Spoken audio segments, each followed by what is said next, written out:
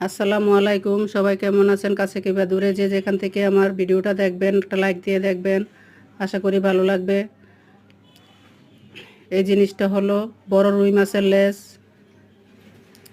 ভালোভাবে ধুয়ে পরিষ্কার করে লবণ দিয়ে ধুইতে হবে।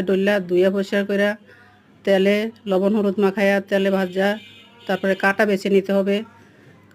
সাথে দিছি বিচিওয়ালা সিম কয়েকটা, 10-12টা হবে। সিমগুলিও তেলে ভেজে নিতে হবে। তারপরে মরিচ, শুকনো মরিচ তেলে ভেজে নিয়েছি, ওইটাও পাটায় পিষে নিতে হবে। সব কিছু পিষে এরপরে পরে হাতে মাখিয়ে ভর্তা বানালে, হাতে মাখানো যে একটা ভর্তার স্বাদ, সেই স্বাদ কোথা থেকে পাবেন? এভাবে ভর্তা বানাইলে চেটে পুটে এক থালা ভাত খাওয়া যাবে, আর অন্য কিছু লাগবে।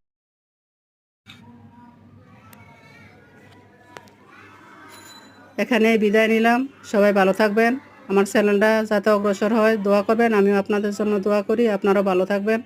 আজকের মতো এখানেই বিদায়। আসসালামু আলাইকুম।